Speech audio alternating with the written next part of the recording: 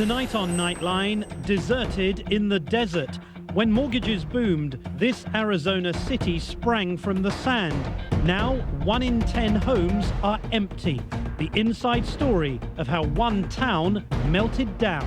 Plus, dirty laundry. Divorce in the age of the internet gives anger an avenue. What would you do if your spurned spouse started a podcast? And the impossible dream.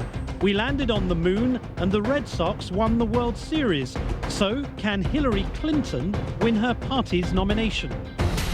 From the global resources of ABC News with Terry Moran, Martin Bashir, and Cynthia McFadden in New York City. This is Nightline, May 7th, 2008. Good evening. We begin tonight with the story of one town that surged on the back of the mortgage boom and has tumbled after the bust. It's happened all over America these last few years, but Arizona has been hit especially hard. In the first 3 months of this year, 1 in every 95 homes in that state received a foreclosure filing of some kind. Brian Rooney has travelled to one Arizona town that's seen the worst of the mortgage bust, and he brings us the latest instalment of our series, Realty Check. Drive just about any street in Maricopa and you'll see them. Houses with weeds taking over the lawn, the driveway, an abandoned swimming pool. Real estate signs say short sale, selling for less than the mortgage, and bank owned. People are leaving every day. Okay, why don't you go ahead? Susan Abdallah is a broker trying to sell 60 foreclosed homes right now, 60 of them, and it's not easy. So it sold originally for how much? This home probably originally sold for about $225,000. And you've been listing it at? And we've had it listed at, well, I think we started about 159. We've come down. We're at about 105,000 right now, and it has gone to auction. Meaning you couldn't even sell it at 105? Right. While existing homes go begging for buyers, builders continue putting up new houses. As many as 1 in 10 of the homes in Maricopa are for sale right now, as builders, banks, and homeowners with mortgages they can't afford all compete to sell at lower prices. Here's a 2-story house that an investor lost to the bank.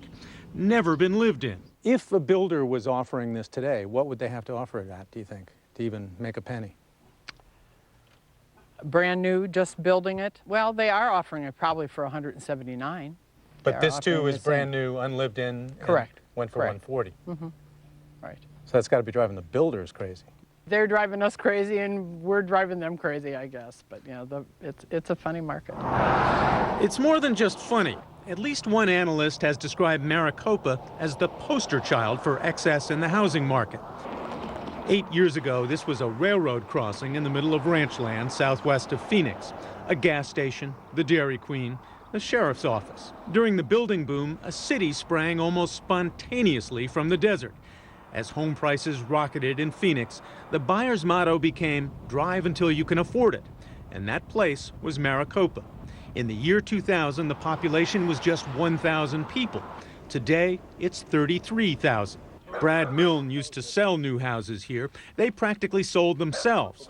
He and his wife bought here too. People would come in and they would ask what lot was available, and it was done. Sometimes they wanted a single story and they would buy a 2-story because that's all that was available for them. They would just take a house, whatever you had.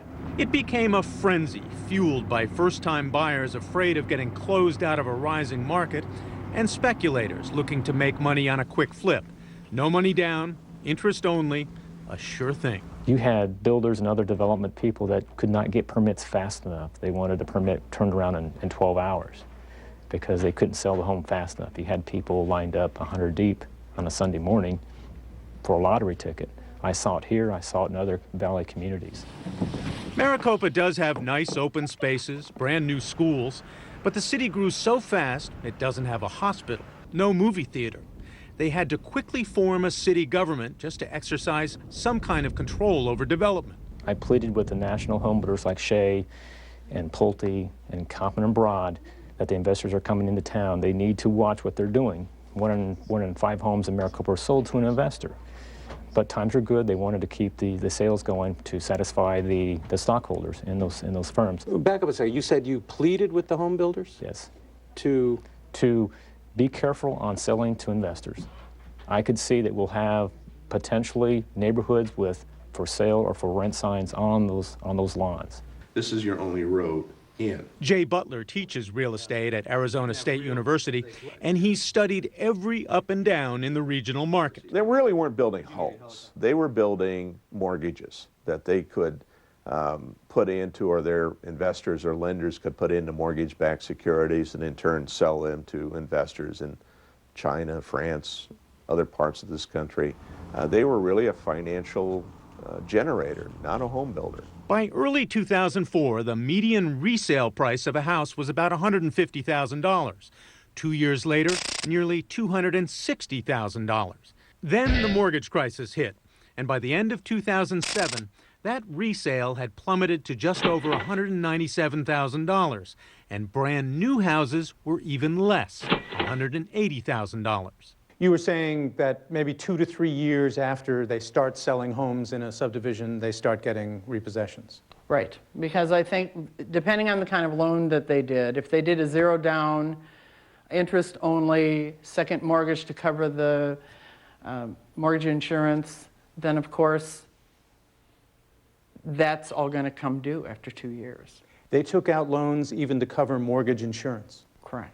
As interest rates ratcheted up and values dropped, people started to turn in their keys and disappear. People I've sold to, people that we know down the street that we've become neighbors and friends with, a lot of people had to go. Brad Milne bought a new house and moved to Phoenix, but he's also still stuck in Maricopa, unable to sell the old one.